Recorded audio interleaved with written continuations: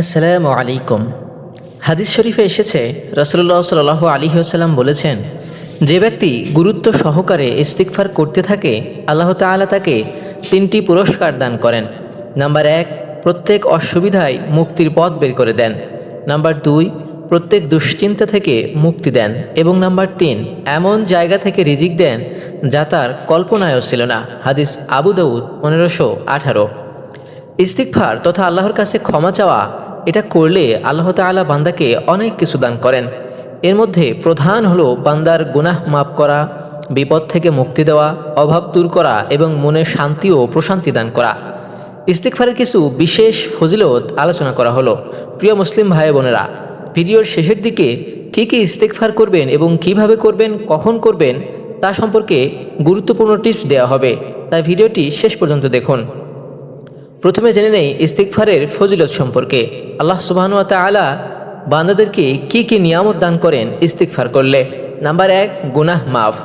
ইস্তিগফার বান্দার গুনাহসমূহ মোচন করে এবং আল্লাহর রহমত লাভের পথ খুলে দেয়। নাম্বার 2, দুঃখ কষ্ট দূর করা। ইস্তিগফার পাঠকারীর দুঃখ কষ্ট দূর হয় এবং মানসিক শান্তি লাভ হয়। নাম্বার 3, অভাব মোচন। ইস্তিগফার অভাব অনটন দূর করে এবং অভাবীকে অভাব মুক্ত করে। নাম্বার 4, দুশ্চিন্তা দূর করা। ইস্তিগফার বান্দার দুশ্চিন্তা ও পেরেশানি দূর করে মনে প্রশান্তি এনে দেয়।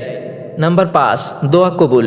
ইস্তিগফার বান্দার দোয়া কবুলের পথ সুগম করে দেয়। নাম্বার 6, রিজিক বৃদ্ধি। ইস্তিগফার পাঠকারীর রিজিক বৃদ্ধি পায় এবং আল্লাহ তাকে অপ্রত্যাশিত উৎস থেকে রিজিক দান করেন। হাদিসে এসেছে, যে ব্যক্তি নিয়মিত ইস্তিগফার করে আল্লাহ তাকে প্রতিটি দুঃখ কষ্ট থেকে মুক্তি দেবেন, প্রতিটি বিপদ থেকে রক্ষা করবেন এবং তাকে অপ্রত্যাশিত উৎস থেকে রিজিক দান করবেন। সুতরাং ইস্তিগফার করা একটি গুরুত্বপূর্ণ আমল, যা বান্দার ইহকাল ও পরকাল উভয় জগতেই কল্যাণ বয়ে আনে। ইস্তিগফার সম্পর্কে আল্লাহ সুবহানাহু ওয়া তাআলা তার কোরআনুল কারীমের মধ্যে বলেছেন, হে আমার কওম, তোমরা তোমাদের রবের কাছে ক্ষমা চাও, এরপর তার কাছে তাওবা করো, তাহলে তিনি তোমাদের ওপর মুষলধারে বৃষ্টি পাঠাবেন এবং তোমাদের শক্তির সঙ্গে আরও শক্তি বৃদ্ধি করবেন, আর তোমরা অপরাধী হয়ে বিমুখ হয় না। সূরা হুদ আয়াত নম্বর 52। ইস্তিগফার দিনে নির্দিষ্ট সংখ্যায় পড়ার বাধ্যবাধকতা নেই, অর্থাৎ আপনি কতবার পড়বেন এরকম কোনো বাধ্যবাধকতা নেই। তবে প্রতিদিন 70 থেকে 100 বার ইস্তিগফার পড়া উত্তম, কেননা রাসূলুল্লাহ সাল্লাল্লাহু আলাইহি ওয়াসাল্লাম প্রতিদিন 70 বারেরও বেশি ইস্তিগফার করতেন। ফরজ নামাজের পর এবং যে কোনো সময় ইস্তিগফার করা যায়। ইস্তিগফারের জন্য কিছু নির্দিষ্ট দোয়া রয়েছে, যেমন আস্তাগফিরুল্লাহ।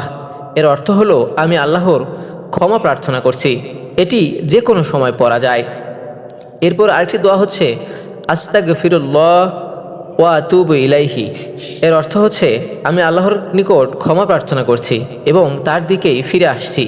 এটিও যে কোনো সময় পড়া যায়। এরপর আরেকটি যে উত্তম ইস্তিগফার, সেটা হচ্ছে সাইয়্যিদুল ইস্তিগফার। এটি ইস্তিগফারের শ্রেষ্ঠ দোয়া, যা সকাল ও সন্ধ্যায় পাঠ করা উত্তম।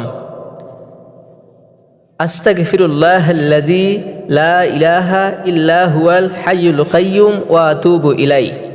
এই দোয়া পড়লে আল্লাহ তাআলা ক্ষমা করে। প্রিয় মুসলিম ভাই বোনেরা, তাহলে বুঝতেই পারলেন ইস্তিগফারের কতটা গুরুত্ব এবং কতটা ফজিলত।